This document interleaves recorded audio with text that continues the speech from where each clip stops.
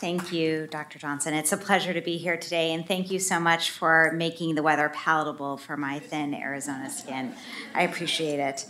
I'm here to talk to you today to give you a bit of an overview about the Alzheimer's Prevention Initiative program, where we started, where we are now, and then where we think we're going to be going. And it's my goal to get through my talk in enough time that I've left time for questions, because I really want to hear from you. I've enjoyed my discussions that I've had with several of the faculty member here over the past about days since I've been in Madison, and I look forward to continuing discussions both here and then also in the poster sessions. Just a quick thing about our disclosures, many of our studies could not be possible without partnerships, so including partnerships with the NIA, philanthropic funders, and pharmaceutical companies. So it takes a village, and this is a representative of that. I can't, you guys are all experts. There is an Alzheimer's tsunami coming, and just not only how many people, these numbers are slightly outdated, but how many people are affected by Alzheimer's disease and related dementias now, and then what's coming in the next several years. And we thought about this at the Banner Alzheimer's Institute and thinking, well, how can we slow down or prevent or maybe even delay the onset of the disease, and really thinking about it from a perspective of if we don't do something, this is a massive public health problem. We all know that Alzheimer's is a continuum, and so we focus most of our research on the preclinical phase of the disease, so where there might be early biomarker evidence of the disease, but subtle to little cognitive impairment. This actually gives us a bit of a conundrum when you're thinking about Alzheimer's prevention trials. How do you demonstrate clinical benefit in an asymptomatic population if there is no cognitive symptoms appearing? So that's a nut we had to crack. I'm just going to leave that there. But something that we had to focus on when designing our studies in people. It's a little bit different when you're in an MCI or a dementia population. That led us to the rationale. So back in probably 2009, 8 and 9 is when we really started to think, well, how are we going to conduct prevention trials? And while that might seem rather obvious now in 2020, when there are several Alzheimer's prevention studies happening or have completed, back then it wasn't so easy to do. There was no regulatory pathway forward. So when I say regulatory, I'm talking Food and Drug Administration, the European Medicines Agencies. How do you do a trial, again, with what would be your primary endpoint? How do you demonstrate clinical benefit in individuals who don't have overt symptoms? Also at the time, there was the thought that no pharmaceutical company would want to share their asset or put at risk their asset, their investigational treatment in a prevention trial if there was no regulatory pathway forward. And there was great concern about, well, what would the risks be? Would there even be healthy volunteers who would be willing to participate in studies? Would the FDA even allow trials to happen in experimental medication? So these were things that had not yet been approved. Would they allow their use in asymptomatic individuals? And we had to focus, so that's why we really focused on this preclinical stages, and we had these experimental therapies.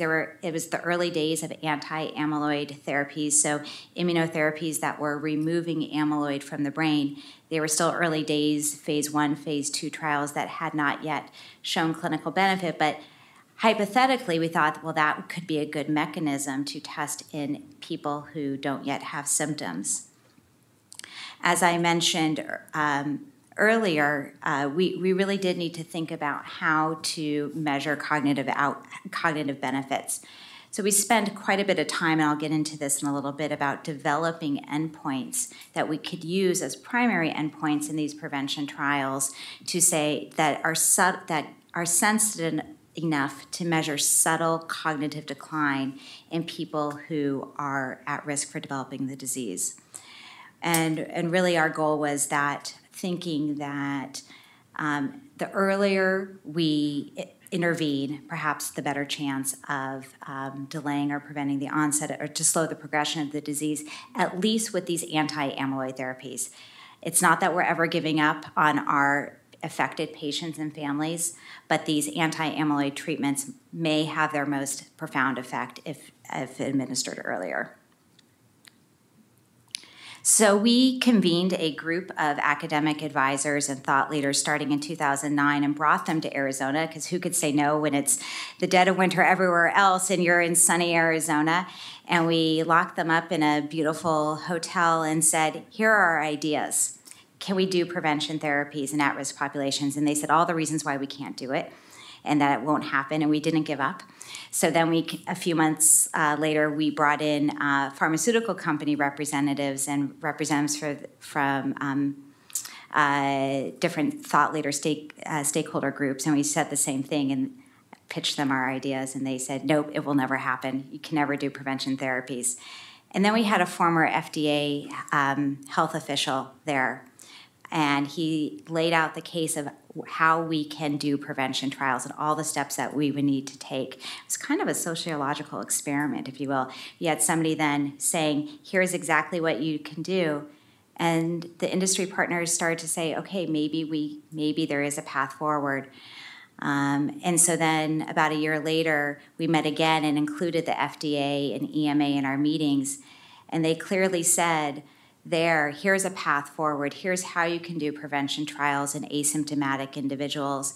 And no, maybe we won't give a full label right away for use if you're able to demonstrate a clinical benefit, but here's the regulatory pathway. And after that, we said, okay, now is our time. So we applied for our first NIH grant to do a study in a very high-risk population. And these are individuals who carry a gene, a genetic mutation, that causes them with 100% certainty to develop the disease. So these people are only declining for one reason and one reason only. It's because of their genetic mutation. These are young individuals. They're in their 30s and 40s. They're not declining because of age. So if we can slow down the progression of the disease in that population, it's a drug effect, and it's not because of anything else. And we felt that would be the first trial of many trials to come. And we wanted to start, we think of it as like a risk onion, the outer layer being the autosomal dominant Alzheimer's disease population, the highest risk. And we just kept going into additional risk groups that I'll get into in a little bit. And we have several goals with our Alzheimer's Prevention Initiative program, which I'm embarrassed to say I did not acknowledge my co-leads, Dr. Eric Ryman and Dr. Pierre Theriault. Without them, none of this would be possible. So it really is the three of us at the Banner Alzheimer's Institute that lead it there, along with a large group of investigators across the globe who really make this happen. So apologies for that oversight. First and foremost, we want to evaluate anti-amyloid or potentially, when they become available, other therapies in preclinical label-enabling trials. And what we say label-enabling is we really want to have a regulatory path forward to get something approved. And we are right now focused on anti-amyloid because those are the furthest along, but we can envision down the road anti-tau or combination therapies. We're very interested in assessing these treatments' predictive, prognostic, and theragnostic utility. We think that these tests of these drugs are the most powerful test of the amyloid hypothesis now. So when treatments fail in later stages of the disease, it always begs the question, was it too late? Are there other mechanisms at play? We think that the earlier we go, they really help us test the amyloid hypothesis. We're very committed to clinical trial design and how we refine and make it better, and very embedded in trial operations and recruitment, which I'll get to in a while. One program of the Alzheimer's Prevention Registry are recruitment registries designed to accelerate the enrollment of individuals into trials so that when studies anywhere in the country or abroad are available, we can help spread the word quickly. And I'll share some information about our registries later in the presentation. We're very interested also in risk disclosure, so starting with ApoE and then also amyloid disclosure, and assessing the emotional and psychological impact of disclosure in individuals. All of our programs are committed to sharing data and biological samples, both baseline data soon after trial enrollment's completed, and then also post-trial enrollment. And we're very proud to have commitment from our pharmaceutical study partners in this, that sharing all of the data and biological samples, not just placebo-arm data, with the scientific community after, so that everybody has access to it and can help propel the field forward. And this really is a complementary effort. So I mentioned earlier that in about 2011, we brought FDA officials, EMA officials, academic thought leaders, NIA together and said, here's our plan for doing a trial in at-risk populations. We're going to start with the autosomal dominant population. And the NIA said, that's a great idea. But at the time, they were broke. I don't know if any of you remember back to that funding line. It's totally different now, but back then they were broke, and it took them quite a while, many months, to say, how are we going to accept your application, which is at the time we thought about a $30, $50 million trial. Trials are much more expensive than that, but that was our best guess at the time. So it took them some time to think about if they could even accept an application for us. And they came back and said, well, we'll take it, but you need to secure at least a third of the funding from philanthropic investors, as well as from another third from industry. So it's a true public-private partnership. We said, okay, because we are always up for a challenge.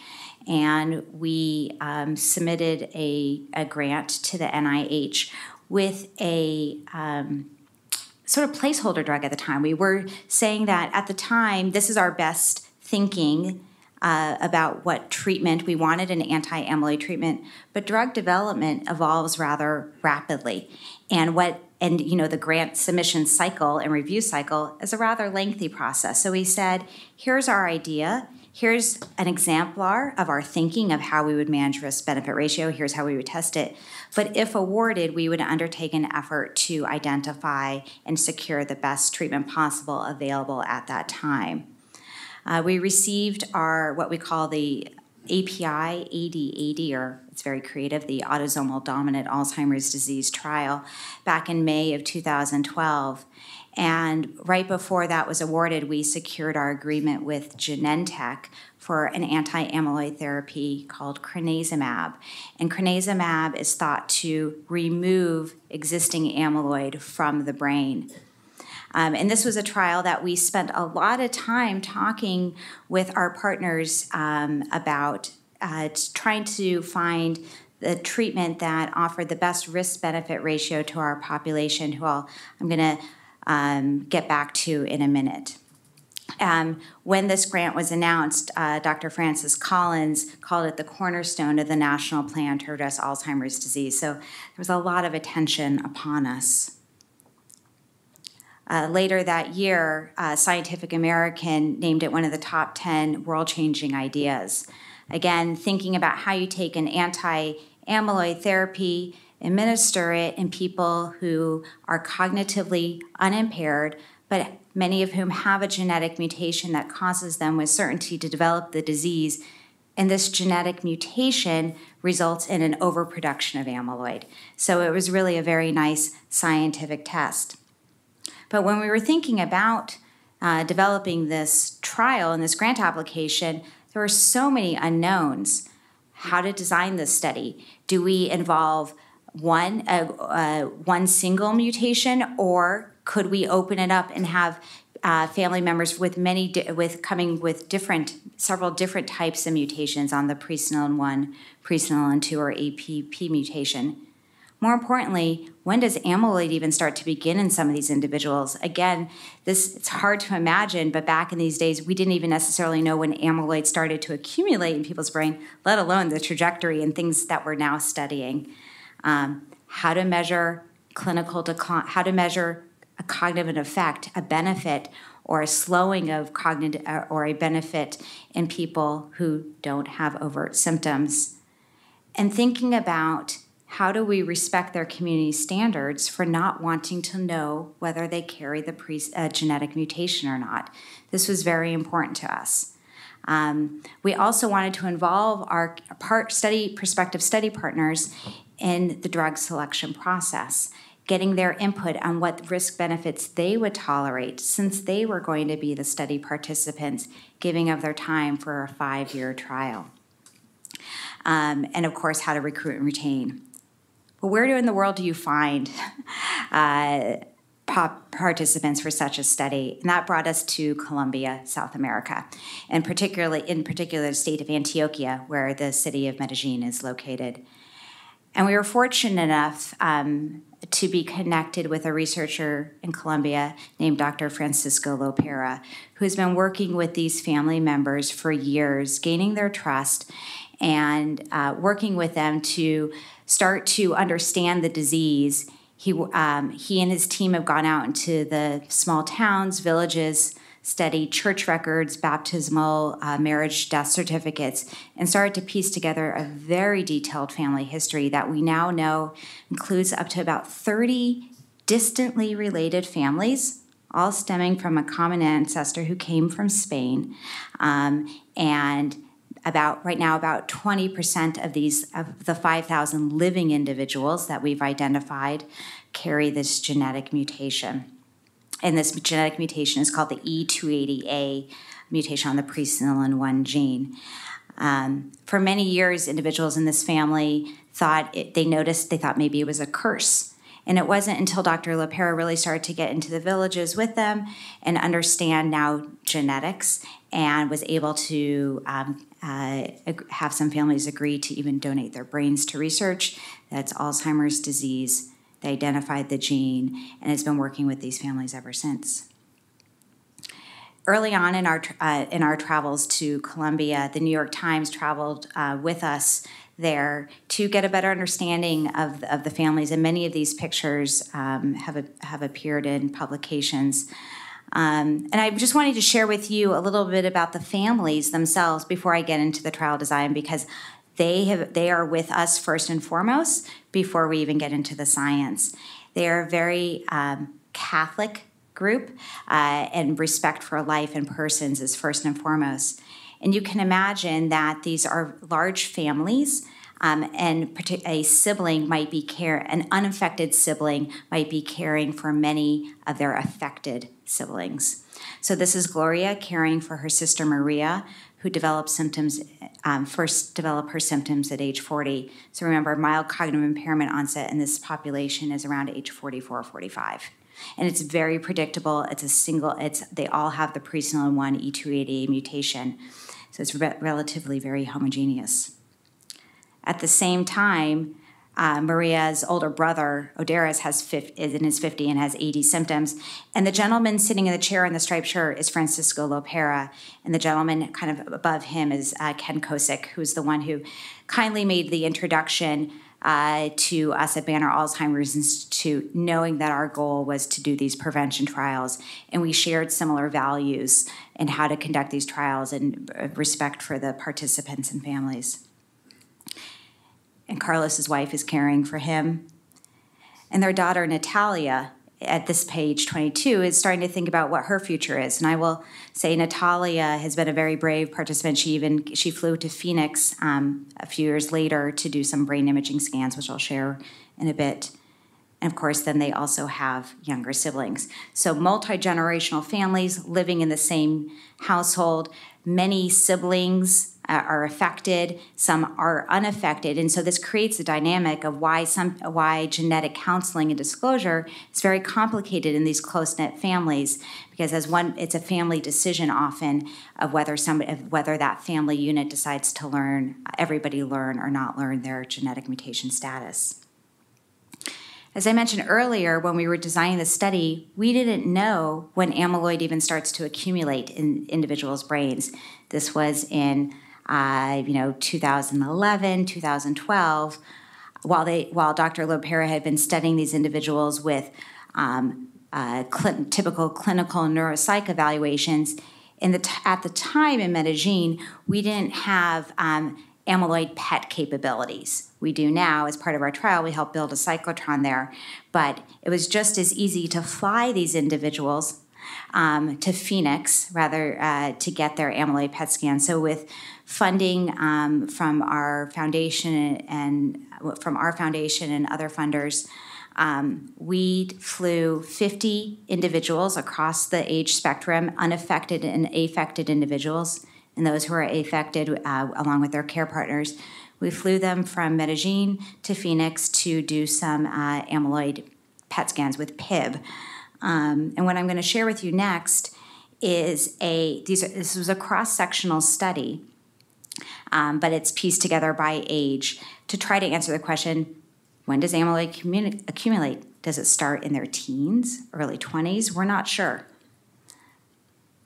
Let's see if it starts. There we go. So you'll start to see here now amyloid is starting to present around age 28 years of age is when we start seeing the first signs of amyloid deposition in these individuals.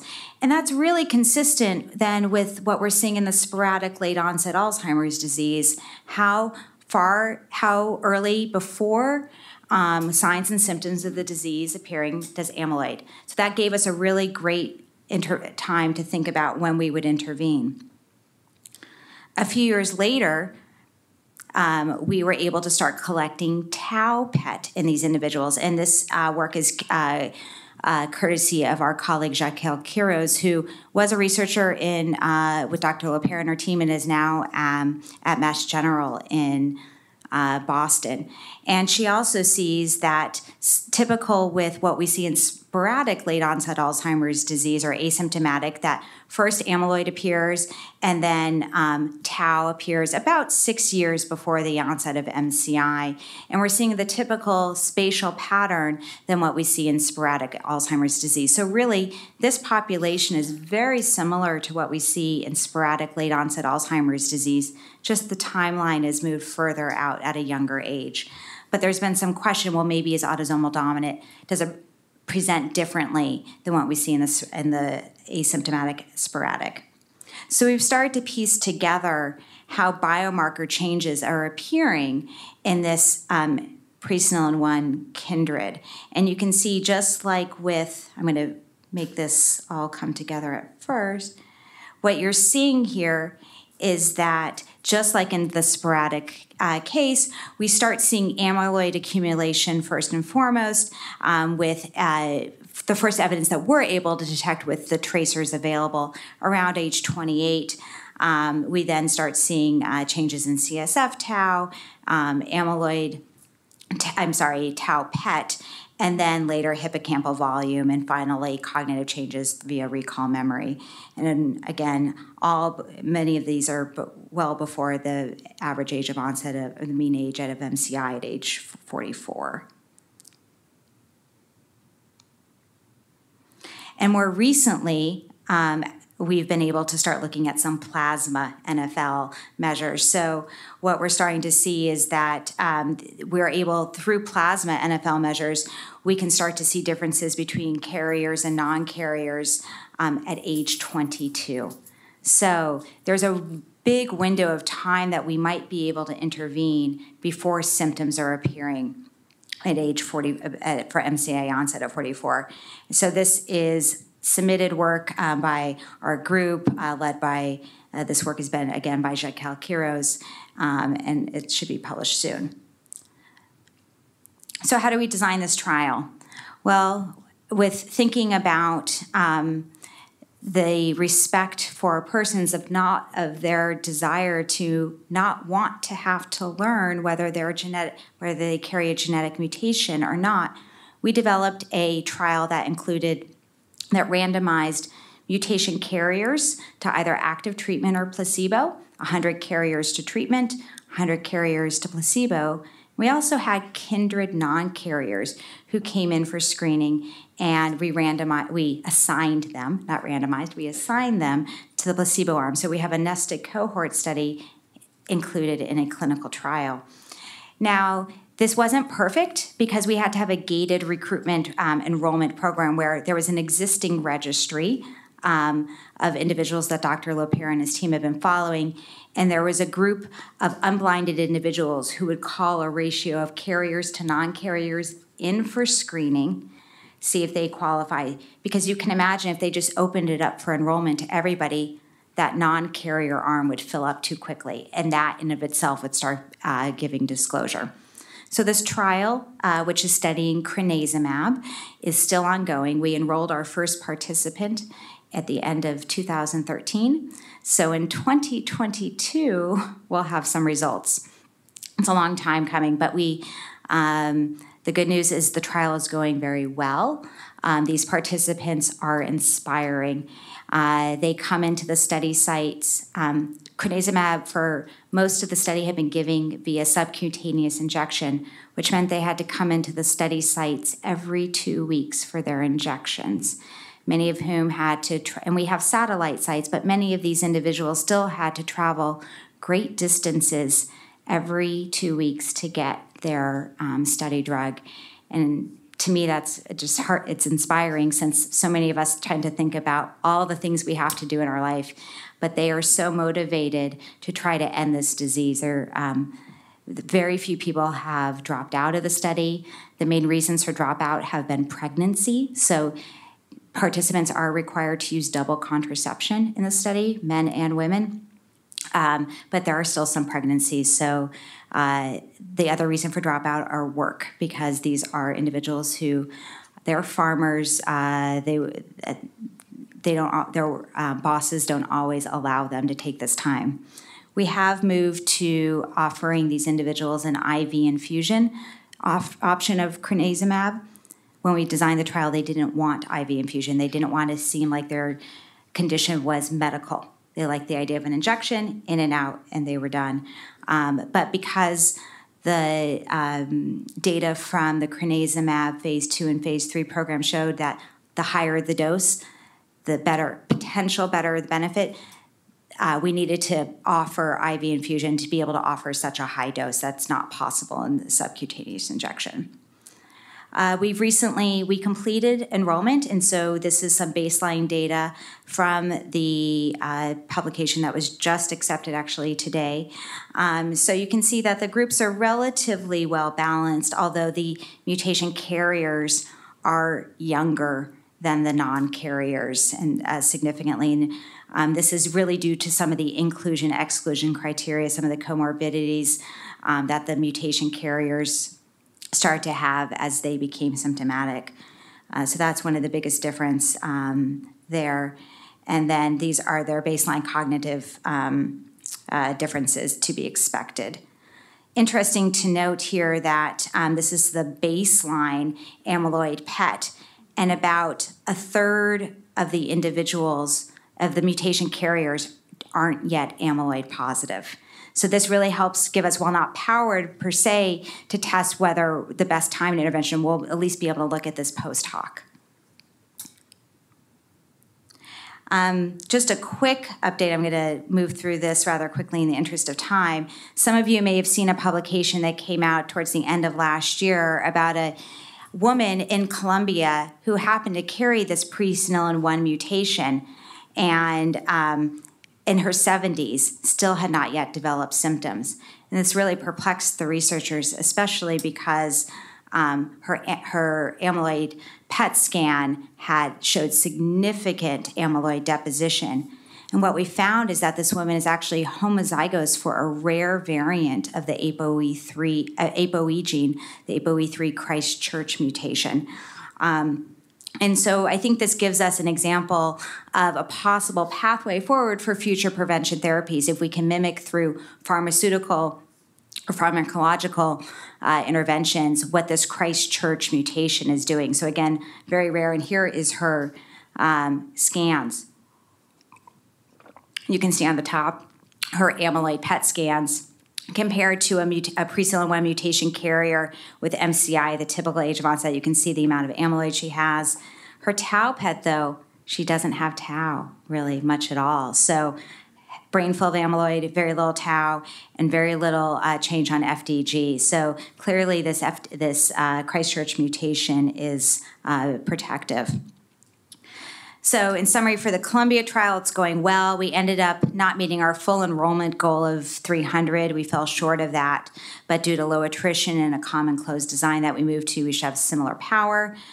Check back with me in 2022 about the trial results. We look forward to sharing.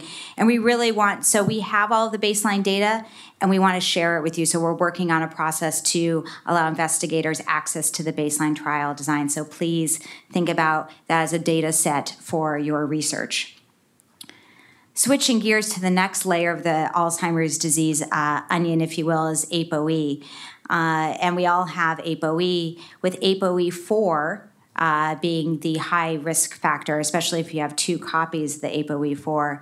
We think that risk of onset is around age, somebody who is around age 60 to 75, the person's chance of developing the disease by age 85 is anywhere from 30 to 55%, with potentially an average age of onset of 68. And this really builds off of Dr. Ryman's longstanding research in brain imaging, looking at the ability to detect changes using FDG PET in individuals with 1, 2, 1, or 0 copies of the ApoE4 gene years before symptoms might appear.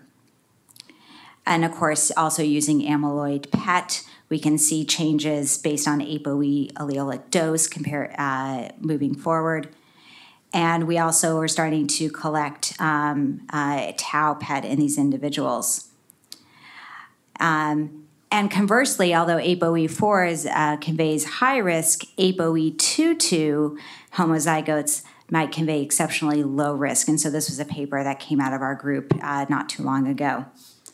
So all of this is to say we've used ApoE as a background for our other prevention trial, and that was the Generation program. And this was a big collaboration that soon after we launched our study in Columbia, the NIH said, although we're broke, we want to do more prevention styles. And they put out a funding announcement saying they had up to $33 million, short time frame, give us your best proposal. And although we weren't quite ready yet to do our next trial, we said, well, we have this idea of doing a study in ApoE4 homozygotes. Let's throw our hat in the ring, and we were awarded the entire $33 million, after which we went through a process of selecting the possible best drug, and that's what we found in Novartis, because they had not 1 but 2 drugs, CAD-106, which is an active immunotherapy to clear amyloid from the brain, and at the early stages they were still developing a BACE inhibitor, CMP520. So we entered into a partnership with them to develop the Generation Study 1, which then quickly evolved into the Generation program comprising of 2 studies. Generation Study 1 was funded in large part by the NIH and philanthropic investments, as well as funding from Novartis. And then Generation Study 2, which is primarily pharma funded. These studies were very similar in design. They were both global randomized control trials. The main difference is that Generation Study 1 only enrolled ApoE4 homozygotes. There was no inclusion for biomarker positivity in this population, whereas Generation Study 2 enrolled ApoE4 carriers, again, ApoE4 homozygotes, and also heterozygotes. And heterozygotes were required to have elevated brain amyloid. People had to be 60 to 75, be cognitively unimpaired, use this composite, and these were up to 5 to 8 year trials with a common closed design. Unfortunately, in July of 2019, we had to announce discontinuation of the trial because of cognitive worsening that was found in association with the BACE inhibitor, and this has been seen across all of the BACE inhibitor trials have now been terminated. So we saw mild worsening in measures of cognitive function, as well as changes in volumetric MRI associated with treatment and body weight loss. Interestingly, we're the trial participants, although the trial is closed and treatment is stopped, we've been fortunate enough to be able to continue to follow participants off a treatment to see how these findings might be reversible, as well as look at some subgroup analyses that will come out at AAIC this July. Here's a snapshot of the randomized participants. I just want to comment what a remarkable achievement it is to randomize this many ApoE4 homozygotes. It really took a lot of work from a lot of people and investigators across the globe to recruit, identify, and enroll this many homozygotes, which represents about 2 to 3% of the general population. And I'll just point out here that, remember I noted that the homozygotes did not need to have elevated brain amyloid. And what we found is about 2/3 of the homozygotes in both Generation Study 1 and Generation Study 2 had elevated brain amyloid, which meant that 1/3 does not. And that's going to allow us to really do some interesting post hoc subgroup analyses about potentially when the time to intervene is. Okay, so I mentioned here that we had to enroll ApoE4 carriers, so people had to learn their ApoE4 genotype in order to proceed on with screening. And unlike in our trial in Columbia, we had to, which did not involve genetic counseling and disclosure, we had to develop a genetic counseling and disclosure program and how to roll it out globally and addressing different countries' needs and regulations and cultures. And so although ApoE4 is not recommended, there have been some studies, particularly the REVEAL trial, that show that there is not psychological harm with disclosure of ApoE genotype. I will say, though, that the REVEAL study enrolled people who were slightly younger and not many ApoE4 homozygotes. So to us, the question of closer to the age of onset, as well as such a large number of homozygotes, we really felt it was important to study the psychological impact of genetic counseling and disclosure in this population. So we rolled out a whole program and working in collaboration with the University of Pennsylvania Telegenetics program, where we created pre-test counseling materials, which were available to people even before they came into the study site to sign consent, because we really wanted them to know what they were getting themselves into. We did a battery of assessments to make sure that counseling and disclosure was appropriate. They met with a genetic counselor, either in person, either telephone or video conferencing, and then assuming they still wanted to learn their results, they were shown their results. And then the ApoE4 carriers could proceed on with screening, but all participants were followed up to a year after disclosure to monitor the short and longer term impact of disclosure. And we had a whole battery of assessments that were administered 2 to 7 days after disclosure, 6 weeks, 6 months, and 12 months to look at a range of not only psychological and emotional, but changes in health behavior, satisfaction, etc. So far, because we don't have the final data lock results, so far that we see that any distress that might occur after disclosure seems to dissipate soon thereafter, within 6 weeks after disclosure. And we think that's a testament to the genetic counseling and disclosure process. So all these individuals really met because they met with that genetic counselor. And we'll be looking more in depth at that homozygote and heterozygote group to see if there's a ApoE dose-related effect as soon as we have the final data lock. We also wanted to think about how we could accelerate, because most study sites don't have a genetic counselor, and thinking ahead of if a treatment were to be effective, how do we roll this out, particularly in rural populations. So we had a sub-study called the Connect4 ApoE, which randomized participants while they were at a study site under supervision by the study staff there. They were randomized to meet with a genetic counselor either by telephone or video conferencing to look at the impact and see whether one modality versus the other was more preferable or tolerable. And my inclination was saying, well, of course video conferencing is going to be better. But then people reminded me that sometimes they like that anonymity. So I reminded that I need to not jump to conclusions. So we randomized 410 people into this sub-study before the Generation program was concluded. And so far, there's no differences in, this was an interim analysis conducted last spring. As soon as we have the final data lock, we will wrap it up. But so far, the two interventions are showing to be equivalent, both in terms of participant demographics, as well as outcome measures on change from baseline at 2 to 7 days, 6 weeks, and satisfaction. So in the interest of time for the Generation program, we are completing the blinded follow-up of study participants. Soon the data will be locked and cleaned and then made available to researchers across the globe so that you can use it as a resource for your studies. And we're really looking forward to sharing our lessons learned about how we were able to recruit that many individuals. So that brings me with how do we recruit? I'll just talk a little bit about our efforts specifically that we lead at the Banner Alzheimer's Institute and less on our trials themselves. But we all know that recruitment is a massive, massive obstacle, and most studies experience delays. And when they do enroll, the people that they enroll are not representative of the general population. So we created this registry as one way to try to alleviate this burden.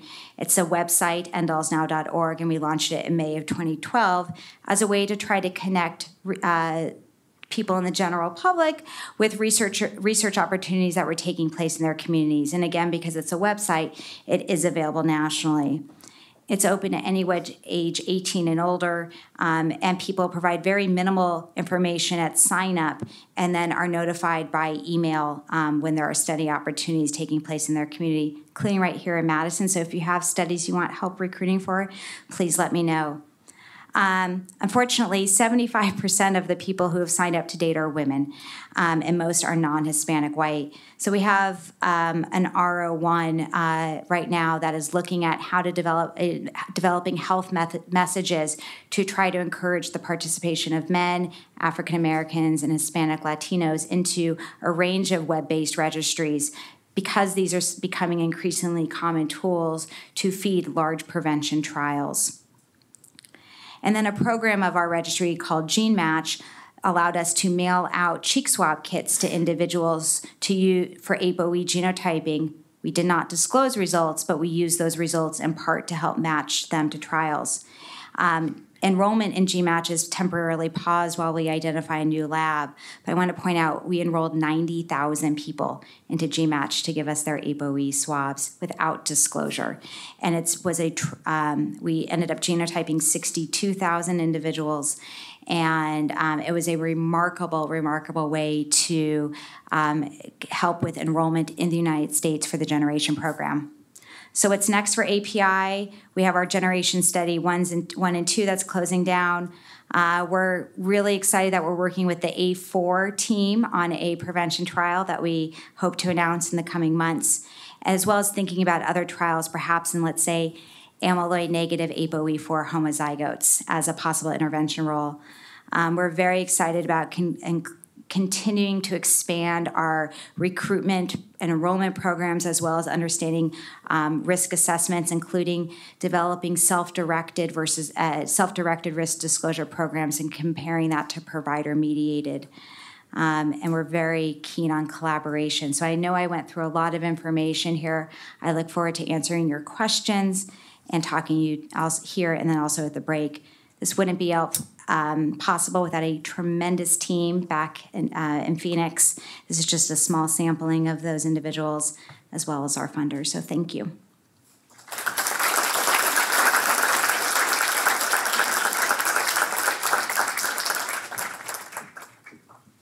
That was a phenomenal talk, Dr. Langbaum, and we have some time for questions. If you have a question, please raise your hand and we will run you the microphone.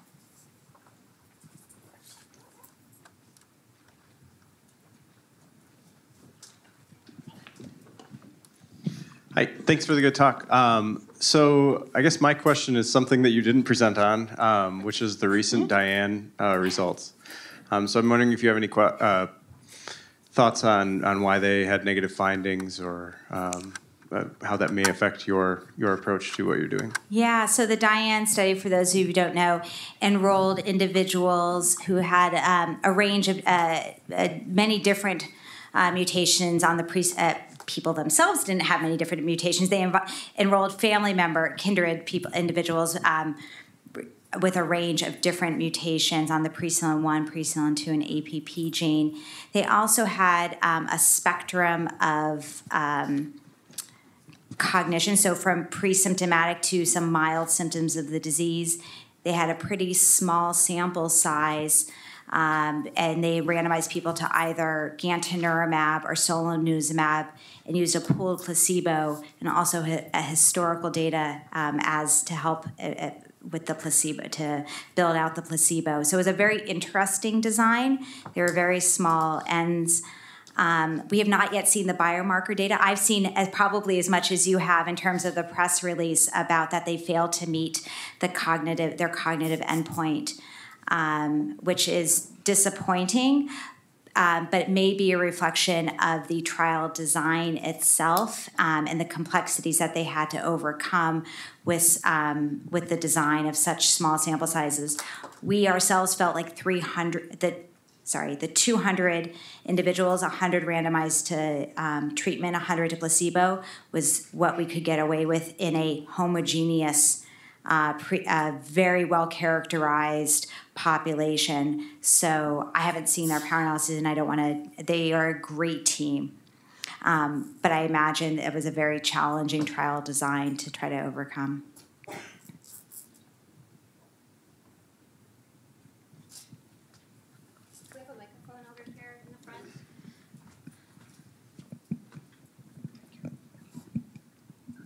Thank you. That was a superb presentation. Thank you, Jessica. Just as a follow-up to Toby's question, is there any thought given the results with aducanumab? There's something positive there. Is there any thought given to perhaps adding that as an arm to API? It's public. We have a grant called the API A4 aducanumab prevention trial that we had to pause when Biogen announced their discontinuation of aducanumab last spring. So at that time, then the API and A4 team started to explore other partnerships. And I think that's the right decision. Biogen's still not ready to think about a trial in the preclinical population, but we remain open in discussions for if and when they become ready. I would say that aducanumab, unlike some of the others, does have a slightly different risk-benefit ratio, particularly in asymptomatic individuals, that we would want to better understand before offering that to individuals. But actively considering it. Okay, thank you. One more question, and then we'll hand it over to others. In your API data, you showed, I may be wrong, hopefully I got it right, that amyloid deposition starts around a mean age of 28. But your NFL starts to rise at 20 or 21. 22. Yeah. 22. Yeah. So are there some non-amyloid mechanisms responsible for neuronal death in that population, given that amyloid doesn't even appear till 28? Yeah, that's a great question. So the NFL data just came out, and I would really want Eric to comment on it. But there probably is some other mechanisms happening, or perhaps it's the amyloid tracer itself. So remember, we're looking at this. The age 28 was looking at PIB data. And so I'd really be curious about fibrillar brain amyloid versus some of the plasma A beta that we don't yet have. So I think if we could start looking at this in blood, we might have some different answers. But your point is well taken. I think we need to look at some data, a little bit more data differently. Yeah. Oh, Sterling probably has some. This is fantastic work. My question is on the crenezumab mode of delivery. It went from injection to IV to get at a higher dose. Do you have a sense of how many of the people in the trial are going to get to that higher dose, and just what kind of impact do you think that's going to have? Yeah, that's a great question. So I skipped over, in the interest of time, when the phase 2 results were presented. can't remember which AAIC it was. I think we were somewhere in Copenhagen. We were already preparing to increase the dose of what was given subcutaneously to an even higher subcutaneous dose. We've actually now incrementally throughout the trial increased dose. So they went from a standard the first dose to a higher subcutaneous dose to now IV. And almost all of the participants have agreed to move over to IV infusion. A handful doesn't. But speaking to trial design and analyses, this is going to be a real challenge for the biostatisticians analyzing the data, because we've had multiple dose changes occurring through the trial. But we felt it was in the best interest of the participants to offer them the highest dose that we thought was to be effective, and it was unethical to continue to give a lower dose. So it's a statistical thing that we're going to have to work out. But over 90% of the participants have moved over to IV infusion so far, and there's a few more that should be rolling over soon. So we're not going to be at 100% IV infusion, but large majority have moved over.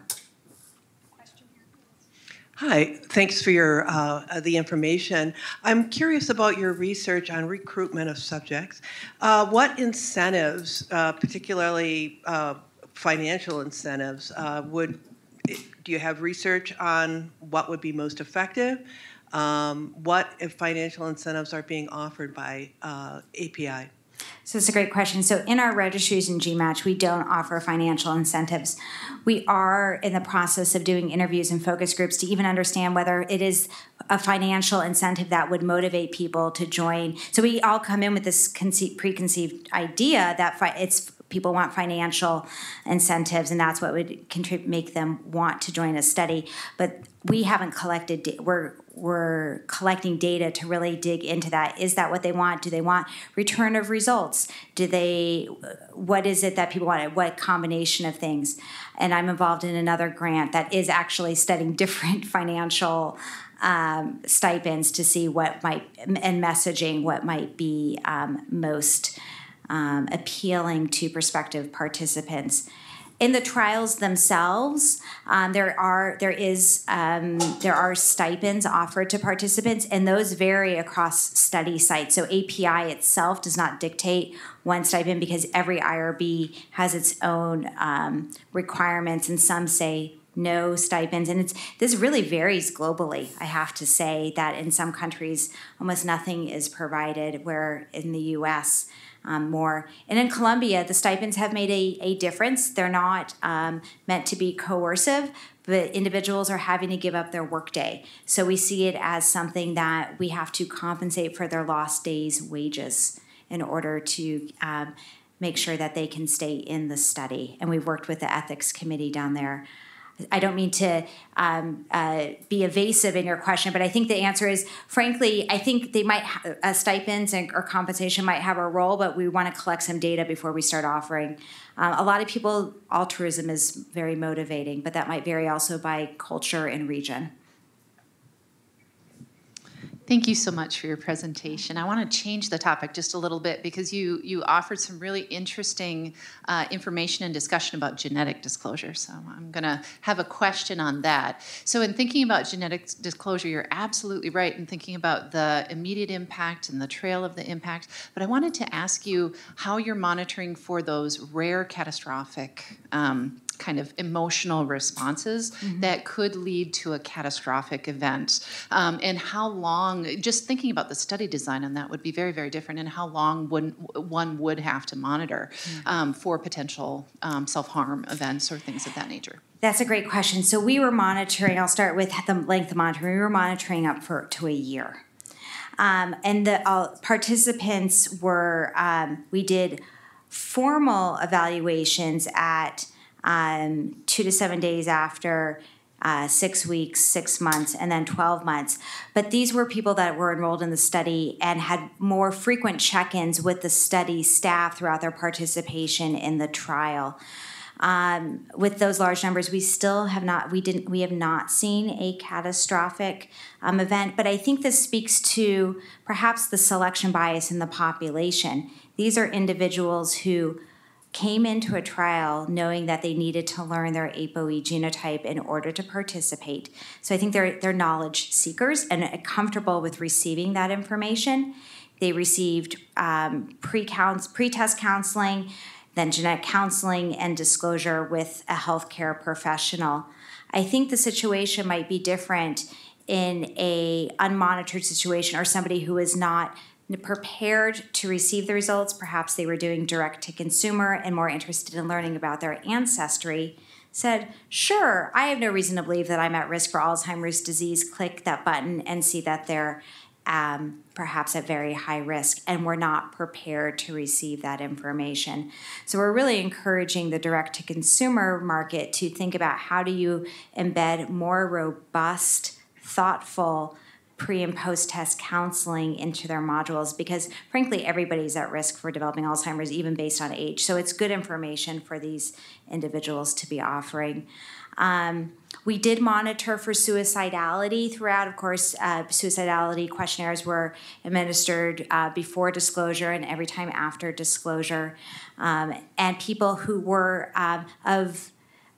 there might be a red flag for offering disclosure where the study physician did not feel comfortable. Perhaps they were at risk for suicidality or there was depression, anxiety. We're not allowed to proceed on. So there were checks. Sorry for not addressing that before, but there were checks even before saying, okay, you're psychologically ready to receive your results. It wasn't just that everybody was given it. You had to be psychologically ready to receive the results and then followed afterwards. So this is a very selective population. And of course, it's still early on in the sense that the study had to be terminated early.